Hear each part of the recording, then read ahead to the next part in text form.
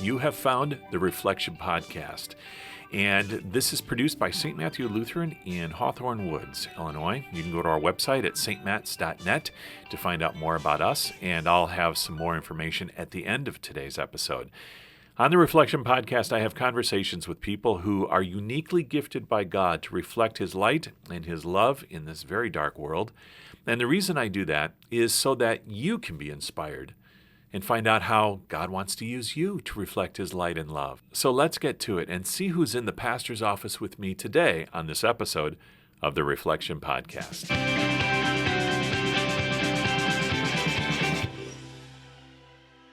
In the pastor's office with me today, Ross and Kris Shaver. If I'm pronouncing that correctly, I want to make sure I get that right. And they are missionaries in the Dominican Republic. So thanks for joining me today. Glad to be here. Our pleasure. So let's jump right into the conversation and kind of an introduction for us, who you are and how you got to the point where you are today, and then we'll talk about what you're doing today. Sure. So again, Ross Shaver, and grew up in several different states throughout the Western U.S. So born in New Mexico and lived there till I was 8. And then we lived in Central Texas for a few years, and then Utah for a few years, and just south of Salt Lake City, and then Oregon. Got to Oregon right before I started high school. And so did high school and college in Oregon. And then shortly thereafter, headed off to the seminary. So grew up, again, all throughout the West. We moved around a lot. My dad worked for the federal government, so just got transferred around. And as we did that, grew up LCMS. And so always had different churches that we went to, Lutheran churches, in the different places that we lived. And so then headed out. Or once we got over to Oregon, again, did high school there, and I went to college at Oregon State University. Wanted to do something similar to what my dad was doing, which was Rangeland ecology. And I found out very quickly once I got to college, I didn't want much to do with math or science. So that's kind of how we got started, or how I got started, and quickly decided what I didn't want to do. And then kind of latched on to history and philosophy things. When I was in the end of my sophomore year of college, I had the opportunity to study abroad in Spain for a semester, which was a very wonderful experience, and also that was the time when I decided that I felt that God was calling me to be a pastor.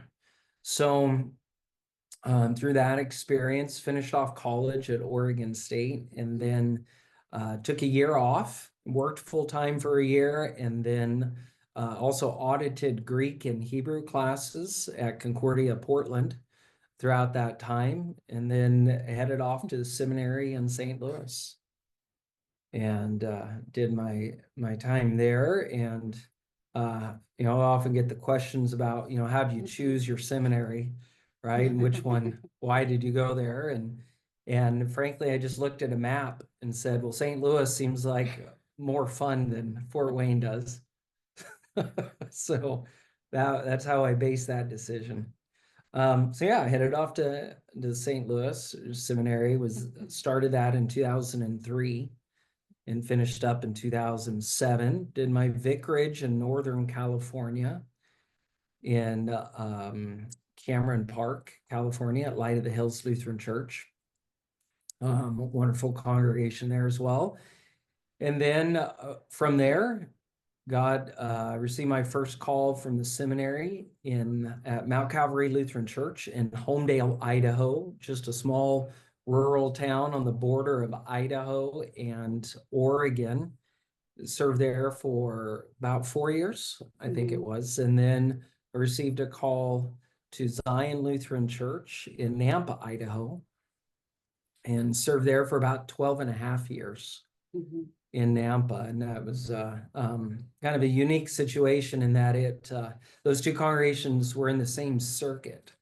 So a very short move, the churches are only about 20 miles apart. So a short move and some overlap, a lot of family members and people related to each other, long histories. Thankfully, for the most part, good histories between the congregations and people. So that's where we served up until December of this last year. And that's kind of where we were. January 14th or something. Yeah, January 14th, I think that was your was my last last Sunday there Yeah. in Idaho. So that kind of brings us up to this current time and where we were going. Let me see what else. A couple other little things. In 2017, I started a Doctor of Ministry program at Fort Wayne, the seminary there. I chose Fort Wayne simply because it was the other seminary from the one that I had gone to. So that way I could experience a little bit of life at both. So got that doctorate of ministry in Fort Wayne and finished that up in 2023. So just over a year ago, in the spring of 2023, with the focus on pastoral leadership and pastoral care, and did my dissertation on the theology and practice of house blessings. So I'm glad that you brought that up. I think a lot of people have that conception that pastors know they're going to be pastors from very early on. And I'm sure that there are some pastors that do. Actually, your story sounds very familiar to mine, in that I thought I was going to be into engineering, especially computers and robotic engineering, until the math got in the way. And then I went history and philosophy and transferred to a Concordia and went seminary route. After that, God kind of got a hold of me a little bit later on than a lot of guys that I knew. How did you guys meet? I think that's an important story that I want shared with our listeners. Yeah. All right. Well, we met in 2001 at the LCMS National Youth Gathering in New Orleans. We were both young adult volunteers at that time. All the young adult volunteers stayed in the same hotel, and we were in rooms across the hall from each other. And so just because of that, over that week or two that we were there, we got to know each other, and always did stuff in the mornings before we headed out to whatever activities, whatever things we were helping with, and then back at the end of the day to kind of review and recap the kind of work we did. And we just started hanging out a little bit at that time. And should I tell them kind of more of the whole story? Sure. So at that time, I thought she was pretty cute, and so I was interested in and expressed some of that. And her response at that time was pretty much, thank you, but no thank you, not interested at all. So by that time I'd already decided that I was going to be a pastor. So again, 2001. So that was pretty new, that I had made that, felt this was the direction God was leading me at.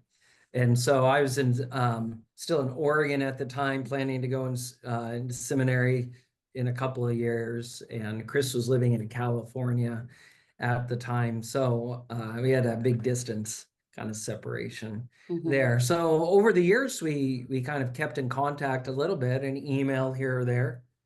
And then shortly after I was ordained and in my first church in Idaho, she had sent me an email just saying, hey, you're a pastor now. Where are you? How's it going? And that sort of thing. And that kind of just kicked things off, right? And I responded back and didn't get a response as quick as I would like. So I found out, or knew at that time, that she had gone to Concordia University in Irvine and then was working there. So I found her phone number for her office at Concordia University down there and gave her a call. And Stalked me. yeah, and from there we just kind of hit it off. That was around Christmas time of 2007. Mhm. And then yeah, we kicked off 2008 in the summer. She moved to Idaho and we got engaged in 2009 in the summer. We were married. And so we just celebrated our 15th anniversary Mhm. a couple months ago here in the Dominican Republic. And we've been blessed with 2 kids as well, 2 adopted children, Ryan, who's 10 years old, and Easton, who is 2 years old. Sounds like a Hallmark movie. If somebody is watching and writes movie scripts, that would make a great movie. Oh, it's better. Whirlwind. My mom and sister, when I got home, I was telling them about the trip and I said, "Oh, I met tons of people. There's these 2 guys," and I talk about one, and then I said, "Oh, and another one's gonna be a pastor." And my mom and sister looked at me and they're like, "You're gonna marry that one." I was Oh, like, "No, I'm not. I'm not gonna marry that one." And they said, "Yes, you are." And I said, "First, I'm not marrying a pastor. Second, no." It took so about 6 years to wear it down. Yeah. yeah, it sounds like it. Kris, what's the background for you? Give us a little biography of you. I grew up in California, in Bakersfield, so kind of in the valley there. Um, with my mom and dad, and I have 2 sisters. We are both middle children. He's the middle of 3 boys. I'm the middle of 3 girls.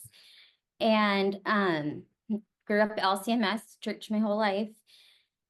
And then I went to junior college after high school and kind of, I don't know, went here and there, and then decided I was probably just wasting money.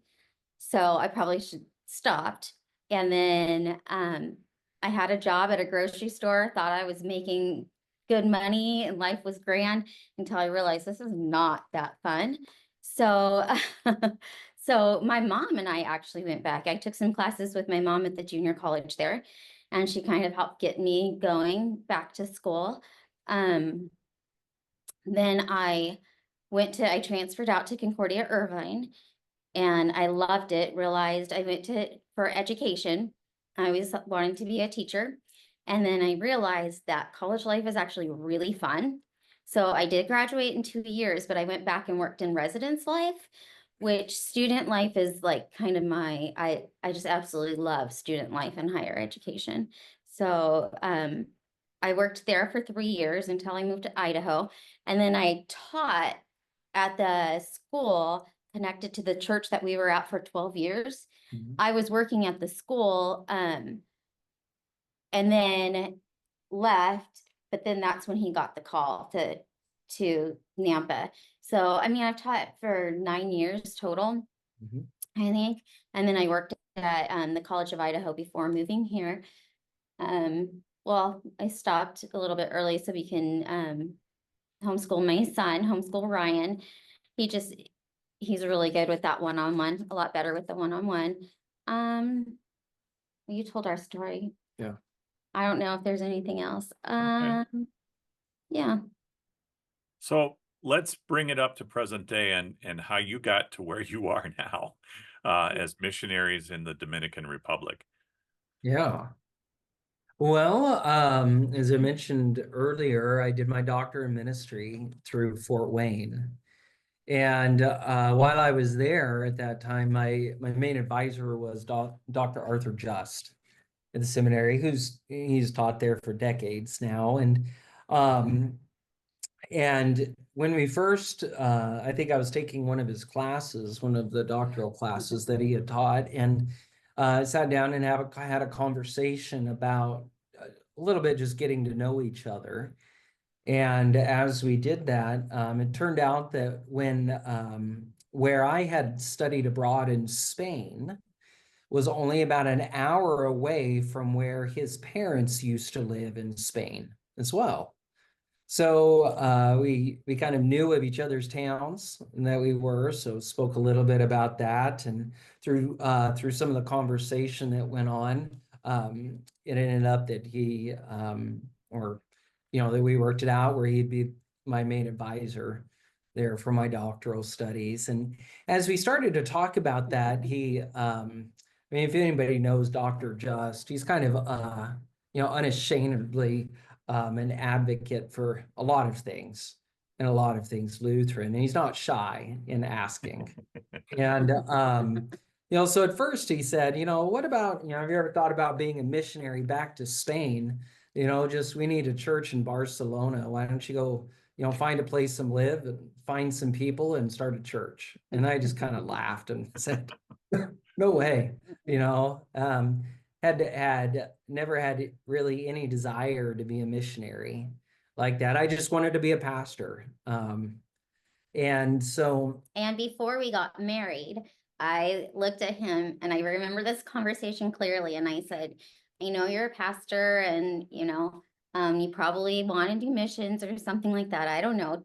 Is that what pastors do? I wasn't sure. And I said, I never want to be a missionary. I'm just letting you know if that's okay. I'm putting this out before we get married. And he's like, that's fine. That's not something that I, desire. I'm like, good, because I'm never going to be a missionary. Oh, yeah. Never say never. Exactly. Yeah. So yeah, she said she'd never marry a pastor and never be a missionary, and yet here we are. I'm sensing a trend here. Yeah, right.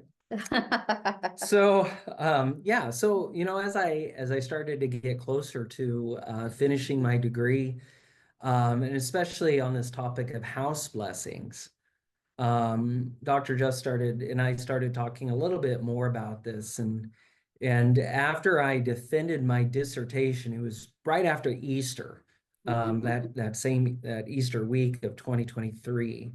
That I defended that. After the defense itself, he and I were having a conversation, and he said, I really think that you should consider missionary service. And he said, both the topic of the dissertation as well as some other things, he just said, I think you'd be well suited for this and could do it. So he brought up the Spanish speaking countries, right? He brought up Spain just because he'd been there before as well. And then he mentioned the Dominican Republic as well. And we talked a little bit about the work that was going on in both of those and said, would you be open to that? And I said, well, we're always open to a call, I guess, wherever God seems to lead, let's be open to that. So it was only about 3 days later, I got a phone call from the Office of International Missions saying, we got your name. Would you consider doing this? And it's a little... Or talking about it. Would you consider talking about it? Yeah. And they're a little sneaky in the way they do it. Not dishonest by any means. But saying, if you're interested and if you would like to know more information, you got to kind of sign up a little bit first, right? And so we started filling out some paperwork just to explore, really, just to say, what is this about? And how does the LCMS view mission work across the world and in these different places we are considering. And then one thing just started to kind of lead to another as well. And then it came up in the Synod Convention in 2023. I was the pastoral delegate for our circuit that went there in Milwaukee. And while I was there, we had some conversations with the regional director, Corey Rajek in Europe, who's now the head of the Office of International Mission, the executive director, as well as with Ted Cray, who is the regional director here in Latin America and the Caribbean. Just trying to get a little more information. Say again, kind of, what is it like, and what's the ministry like over here, and the kinds of things that are doing. So we get to the Synod Convention, and so I went and met some people, and we're talking to people, and met both of these, and had just some brief conversations, and told Pastor Cray, not really interested in the Dominican Republic. I mean, what you guys are doing sounds interesting, but after about 3 times of telling him that, he said, after that 3rd time, I got a phone call about 30 minutes later, and it was an invitation to come to one of the foros. And a foro, it's a Spanish word for forum, and it's something that now all of the international mission regions are implementing, kind of started here in this area. And it's really kind of think of a cross between a circuit meeting. So you get all the pastors together to talk about some casuistry, but kind of talk about updates on the ministry, where their churches are. But it's also a way to where you invite people from the US to come down and partner with that. And that kind of partnership can be simply awareness about what's going on, what the ministry is and what it looks like and where it's going, to prayer support and financial support, as well as other resources that might be available. So Kris and I, in September, we came down to a foro with no expectations on ourselves and none from them, and said, you know, nothing else. We would like you to be an advocate for what we're doing. Try to spread the word about what the LCMS is doing in Latin America and the Caribbean region. So we came and we kind of saw the mission and the ministry that was going on here, and continued the conversations. And then at the beginning of December, I received a call to serve down here in the Dominican Republic as a church planter, which basically means a pastor, and as well as a theological educator. We have a seminary here as well, a Lutheran seminary that serves much of Latin America. And so coming up shortly, I'll be teaching at the seminary as well. And so doing kind of double duty of being a pastor at a local church, as well as teaching seminarians and deaconess students at the seminary. So it sounds like God used a lot of different avenues to call you to that position. And Kris, when did your mind change about all that? What made that change where you were never going to do this, and all of a sudden you're there? So we talked a lot more about Spain because Europe sounds so much better. And so we talked a lot about Spain, and we talked to people, the laymen, they are in Puerto Rico now, right? And they were in Spain, and they, filled us in on some of the things that they do in Spain. And they're really needing missionaries right now, but there were things that just didn't, like we couldn't homeschool, he would be gone more. There was just a lot more of things that were kind of negative towards it, but we still said Spain, like we would rather go to Spain. But what kind of got me, and my mom might kill me for saying this and she doesn't know, but I had messaged, I said, oh my goodness, Ross is now getting calls from Office of International Mission about this. And she goes, doesn't he remember that he's not supposed to take you that far away? That was like wedding vows. And I said, I know, really? And then she said, well, whatever God decides, and we would come and visit you. And at that point, I was like, oh, now I wonder about this.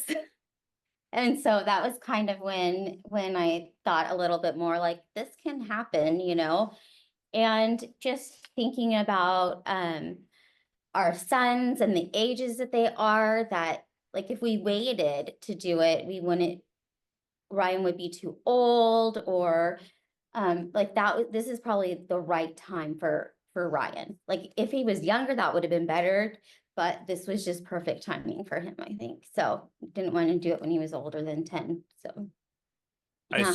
I assume it was a family discussion, and Oh, yeah. with the four of you at the very least to talk a little bit about this. Well,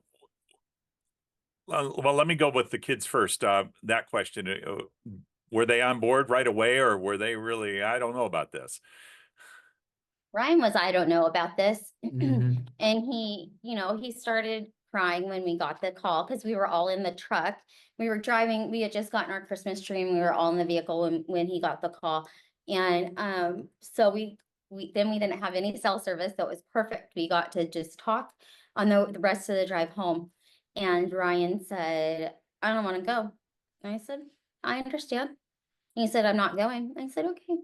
And then I sat there and I said, you know, buddy, it's going to be hard. If we did, it's going to be hard. Mom's going to cry. There's going to be times that I just don't want to go, or, you know, it's not anything that would be easy, but I look to what we can do there, you know, and if God's leading us, I mean, we need to prayerfully consider. And he's like, you're right, you're right. And the next day he woke up and he goes, let's go. Just had to sleep on it. Yeah. That's Yeah. awesome. I love the way the kids just they come to that right away. It's a real God thing there. So when I think Dominican Republic, about the only thing I think of is baseball, because so many of the major league players come from the Dominican. And then the Dominican shares the island with Haiti. And we hear a lot about Haiti because of the hurricane and the earthquakes that had in recent past, and it's been very difficult there. What is it like in the Dominican? What is life like? And then we'll talk about what a missionary does in the Dominican. But give us a little background to the Dominican itself. Yeah. So the Dominican Republic, as you said, shares the island with Haiti. The island is called Hispaniola. It's the second largest island in the Caribbean. And it has a pretty long history. It's one of the places where Christopher Columbus landed on his first voyage over here into the Americas. And in fact, if you ask the Dominicans, he's buried here in the capital city in Santo Domingo. But if you ask the Spanish, he's buried in Spain. So depends on who you ask. So very long history, and a complex history as well here. And there's been some good times and some bad times throughout their history. As of now, life here, it is a developing country. So it's the country itself, it's really not that large of a country of a space.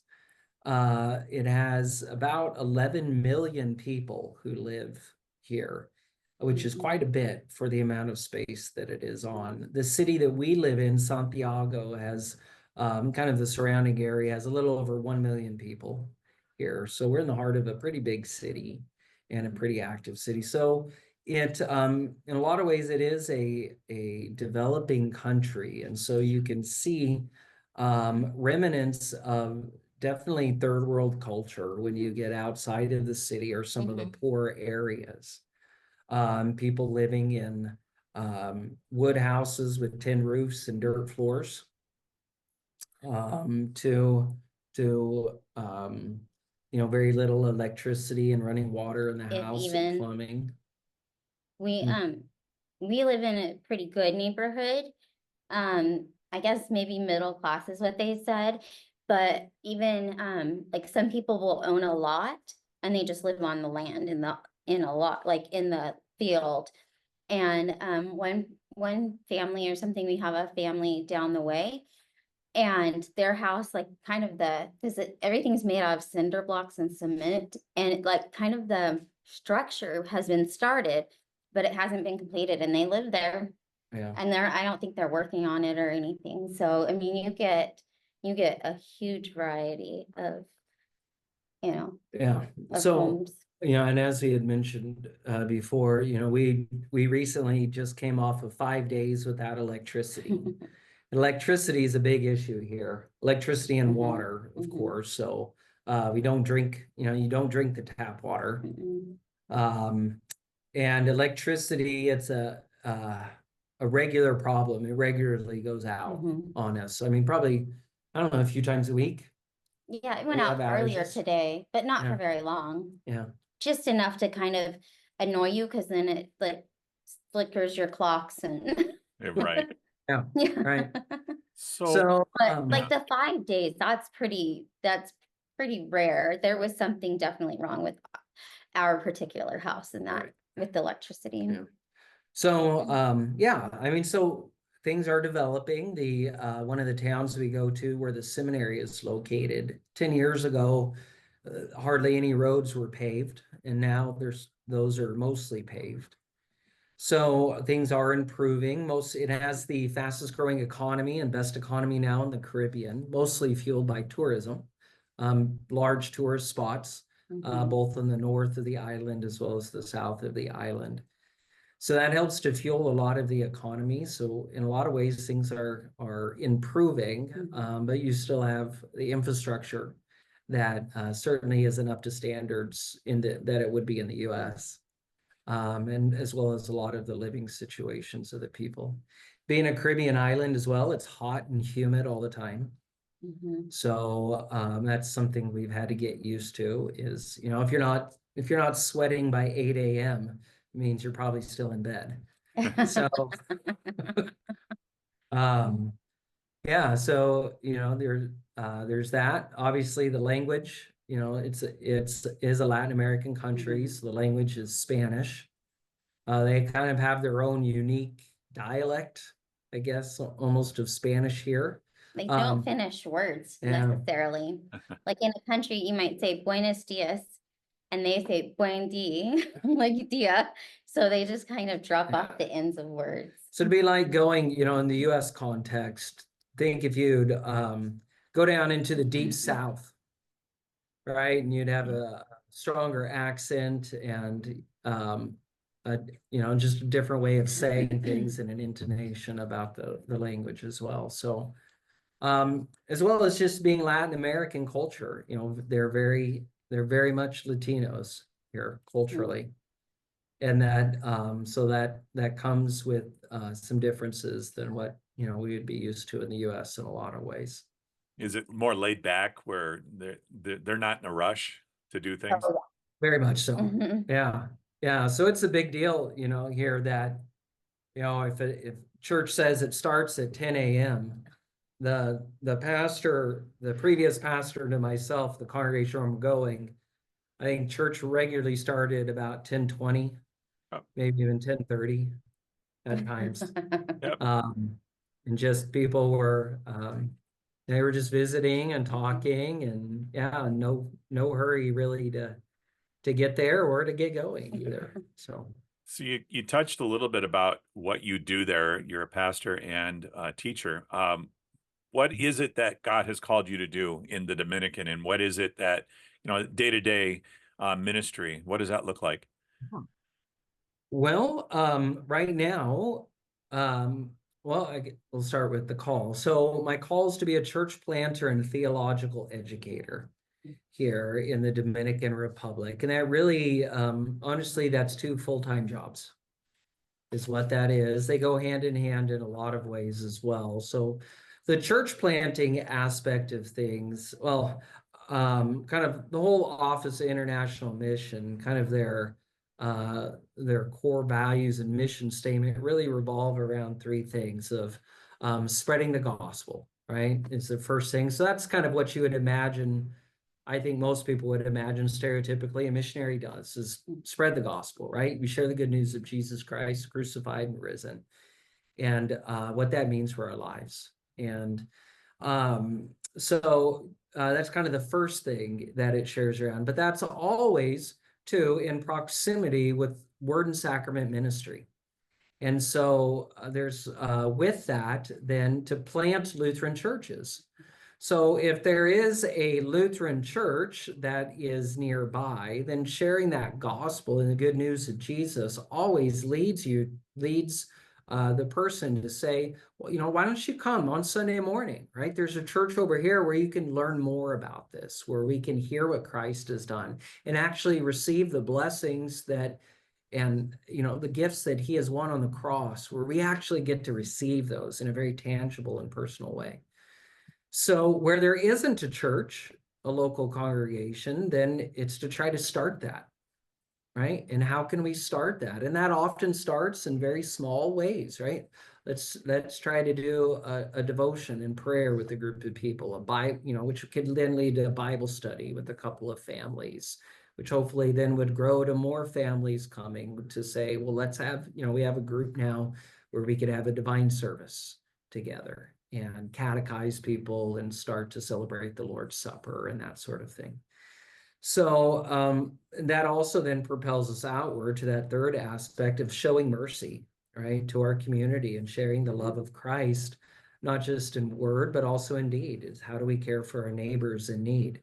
And that also draws us back to the church as well, right? Is we share that kind of love and mercy to others because that's what we have received in Christ, and we want others to know of that same peace and the joy, and how Christ can be with us, no matter our economic situation or personal things that we're going through. So that's kind of what the church planting side really revolves around. So, right now, I'm still in my on-field orientation stage for about another 3 weeks. But I will be in October. I will be installed as the pastor of one of the congregations here in Santiago, the only congregation in the city itself, called Pueblo Nuevo, and be the pastor there of about 45 to 50 people, averaging on a Sunday, and serve the pastor. And that is going to look very much like pastoral ministry in the United States. And it's a congregation. They do a divine service the same. Right. So it would feel, someone from your congregation could come down here and jump into the church service and not understand any Spanish at all and say, I know exactly what's going on. We're doing the confession and absolution, and now we're doing the scripture readings, and we're saying the creed, and the sermon and the prayers, the Lord's Supper. I mean, it's all very much in the same way, using a new hymnal that the LCMS also adopted as their own, Himnario Luterano. So yeah, I mean, that looks like being the pastor of a church, with a very large emphasis, though, and here's maybe where things are a little different, but a very large emphasis on visitation, pastoral visitation, evangelism and evangelistic calls.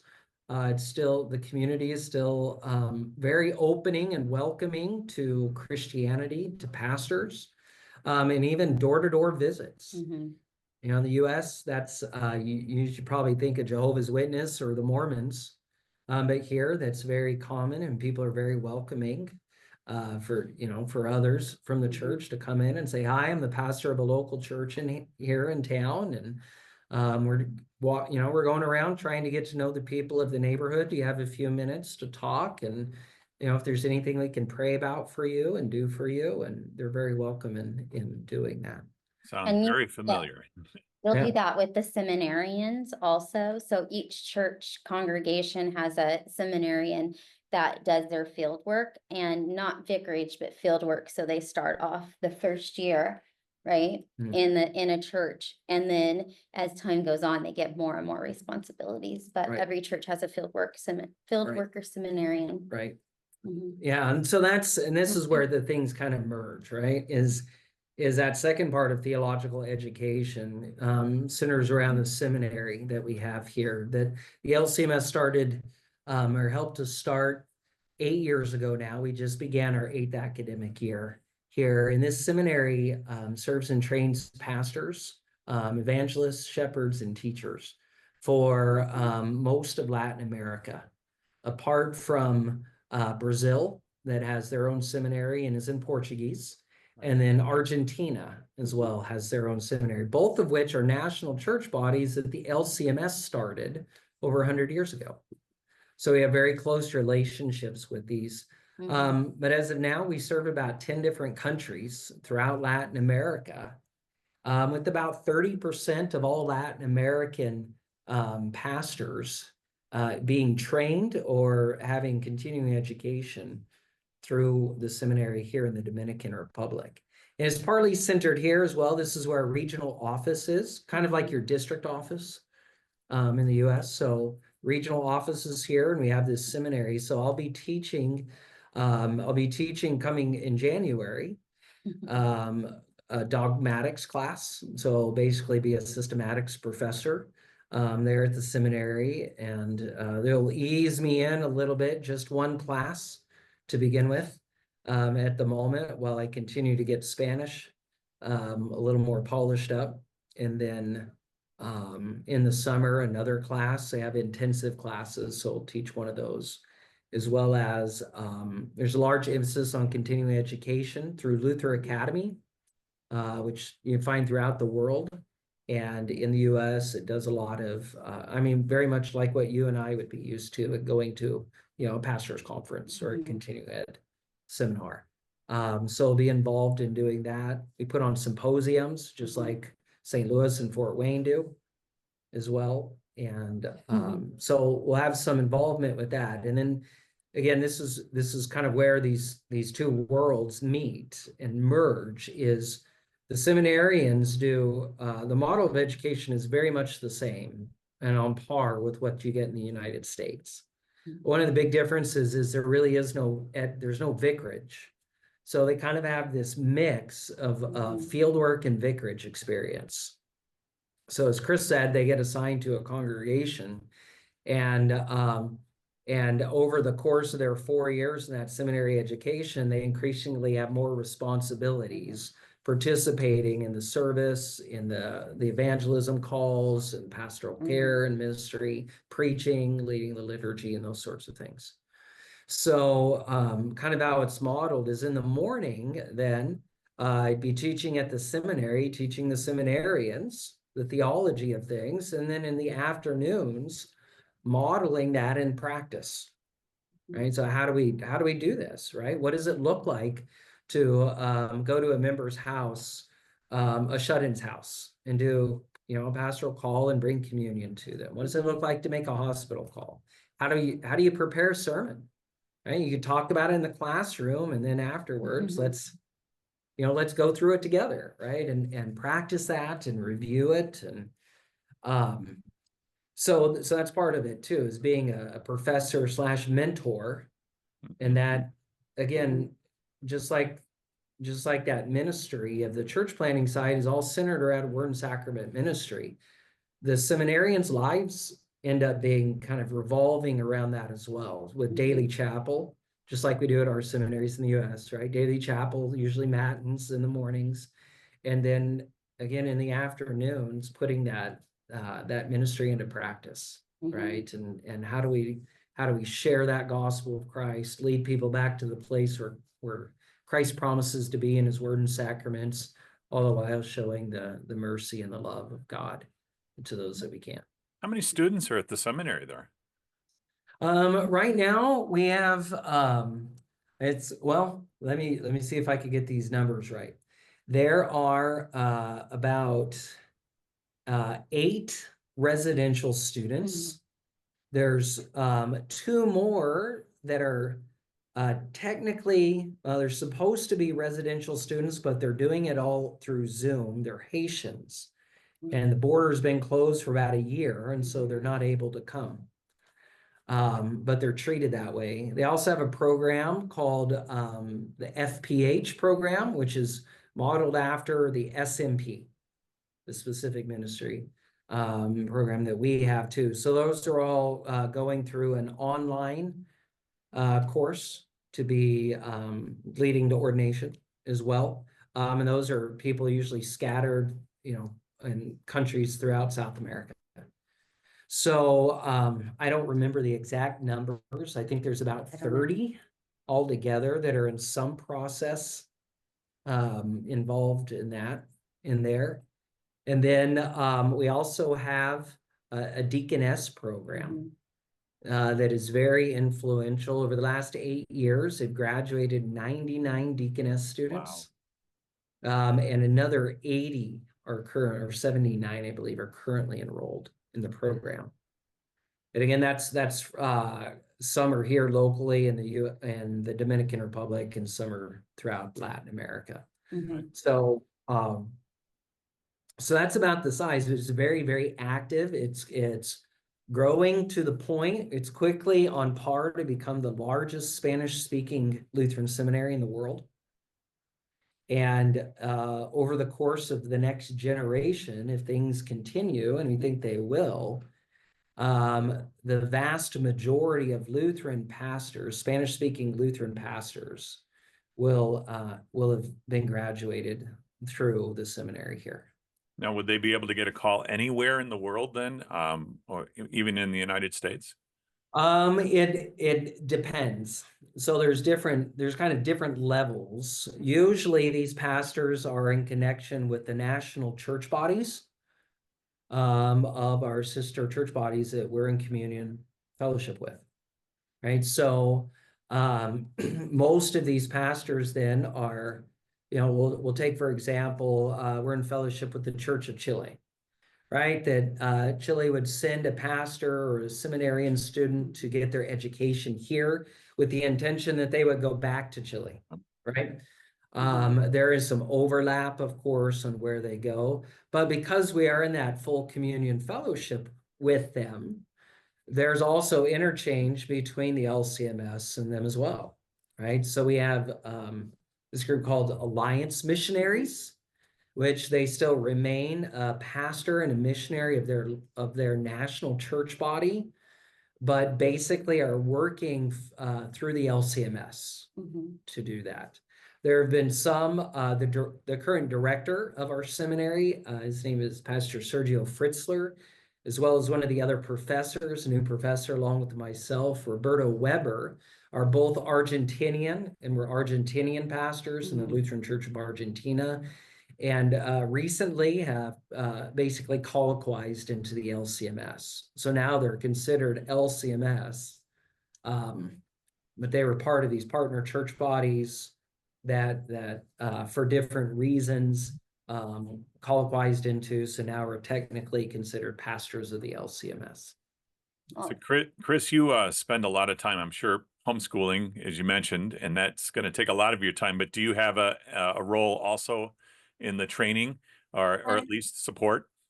Right now, I'm going through Spanish classes also, and our son Ryan does go to school, but it's only until 12:30, and I want to keep him on the state's standards, and his school's in Spanish, and he doesn't understand that yet. So when he gets home, we do homeschool and stuff. And right now, I'm also working on my master's, so I will graduate in December, and that will free up some time also.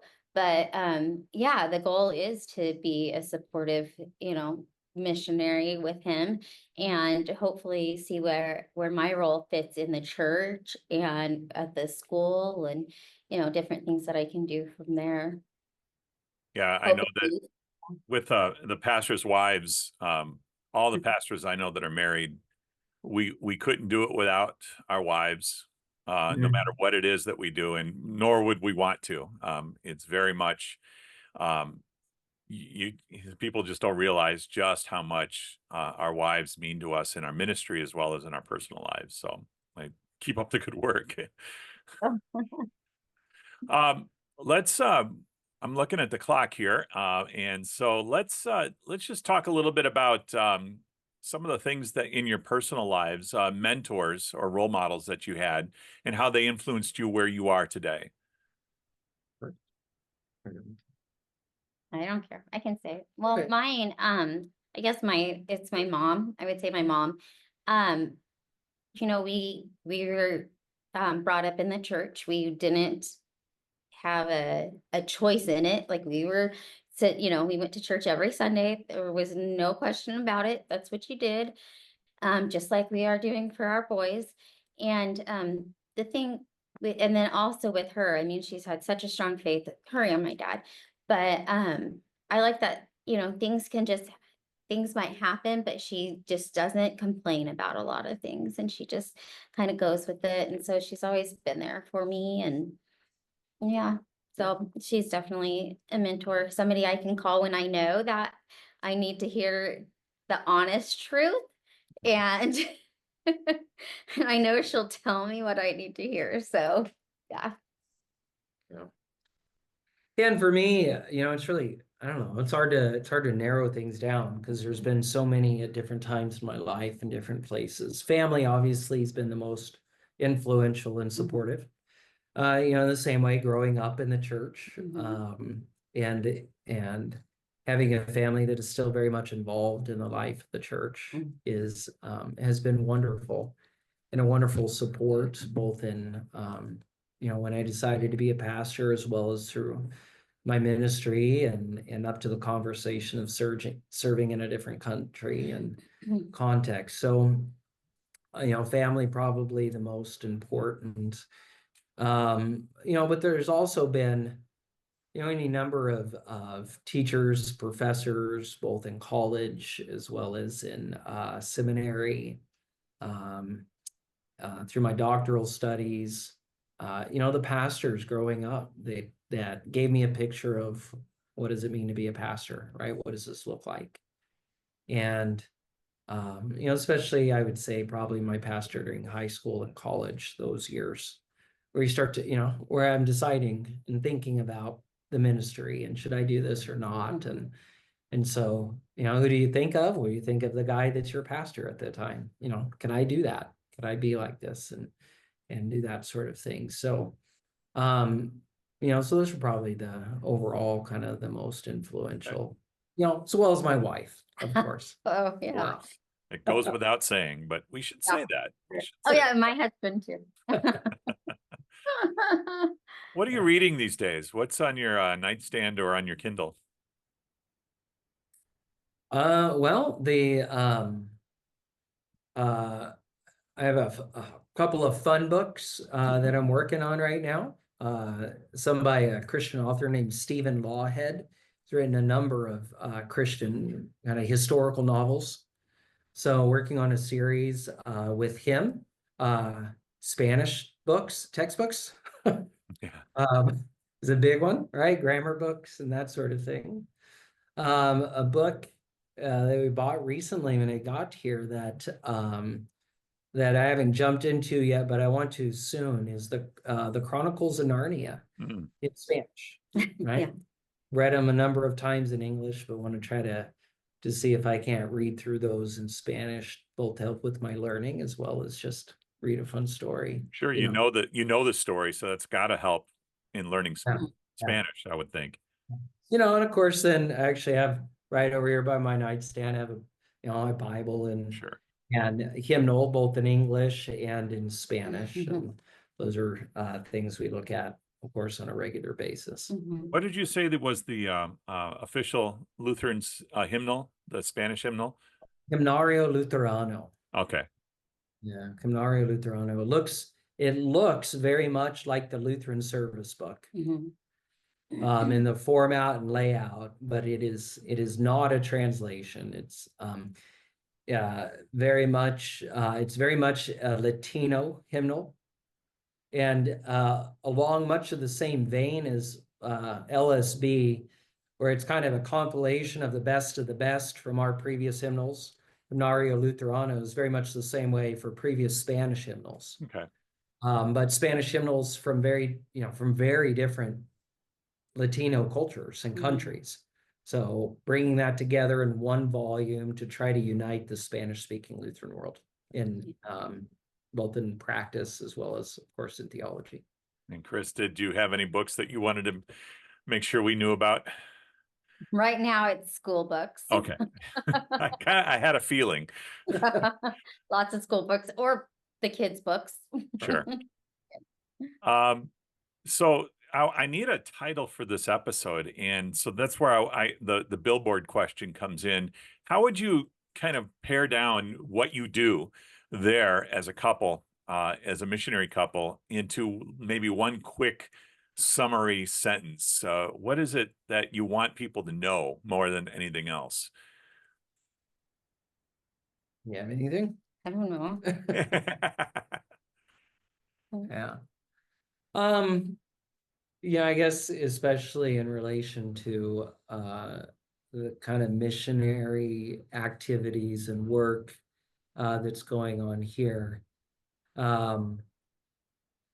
Maybe just something, I don't know, try not to sound too stereotypical, but the gospel doesn't change, right? No, it doesn't. So It's the same in different countries. yeah, so it's the same gospel, it's the same Jesus everywhere we go, and the same good news of Christ crucified and risen for us to save us from our sins and from death and grant us eternal life. And so, maybe even just something like, Christ crucified is for you. Okay. We might know, might know Christ. And how would you say that in Spanish? Cristo. I know that one. Yeah, Cristo has crucificado para ti y Okay. resucitado. Good job. I didn't want to Hallelujah. put you on the spot, but it is interesting to me that you would think maybe not, but that people, okay, we're going to send a missionary to a Spanish speaking country. They know Spanish, but not necessarily. You're kind of learning on the fly, aren't you? Yes, we are. Yeah, so that's we're a little unique in that way, at the current time in the Dominican Republic. But there are some who have come down here that have a background in Spanish already. And of course that makes the transition time a little bit easier. But there's a number of missionaries as well that don't have a background in the language. And so by the grace of God, they have a kind of a language learning institute here. And that's part of our orientation, where we have basically have private teachers helping to teach us and guide us in Spanish in a community that is very understanding and welcoming and patient with our broken Spanish at this time. Yeah. So I mean, we knew very little before coming here, and kind of praying for a Pentecost event in a sense. You would like a flame? Yeah. Yeah, I get it. Yeah. Right. I think it's important to articulate that though for those who watch and listen, is that it's not required. You don't have to have that already there. It's again, I've said this with other guests. It's God doesn't call the equipped; He equips who He calls, and very much so. It's important for people to realize that. It is. It is. So you don't, and that's a very good thing to know, is you don't have to. If anybody ever wants to consider, international mission work or even mission work in a different culture and context within your own city that you live in, Sure. right? Is you don't have to have it all figured out and know everything. Yeah. Right? Is like, yeah. It's the same Jesus wherever you go. Yeah. Same Jesus. I love it. So I know I didn't get to all the questions that I had sent you previously, but I'm looking at the time. We're going to have to wrap it up here. But I do appreciate you so much taking time out from your very, very busy lives to share your story with us. And we look forward to talking with you in the future. And remember, you got a home too. If you ever want to come back to the States for a little bit, we'd love to have you come in and meet our people as well. Great. Thank you. So thanks so much, Ross and Kris Shaver. I appreciate it, and God's richest blessings to you. Thank you as well. Yes.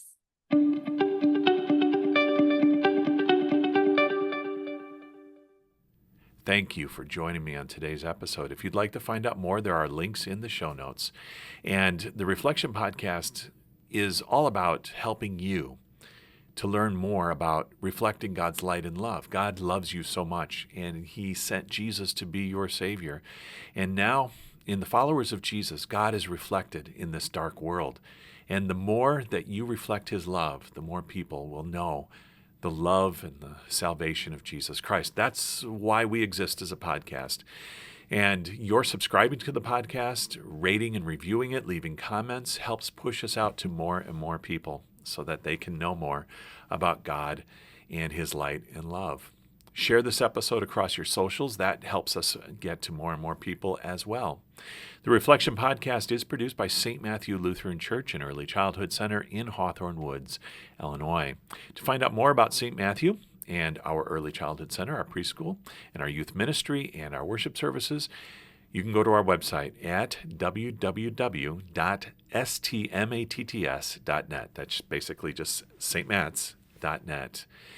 All our worship services are live streamed. Many of our Bible studies are, but you can also join us in person. We are in the northeast part of Illinois, just about an hour northwest of downtown Chicago and almost less than an hour from O'Hare Airport. So if you find yourself in this neck of the woods, we'd love to see you.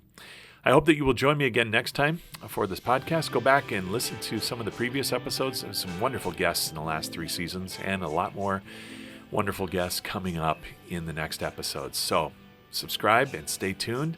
I pray that God will richly bless you. Thank you again for joining me today, and I'll see you next time on the Reflection Podcast.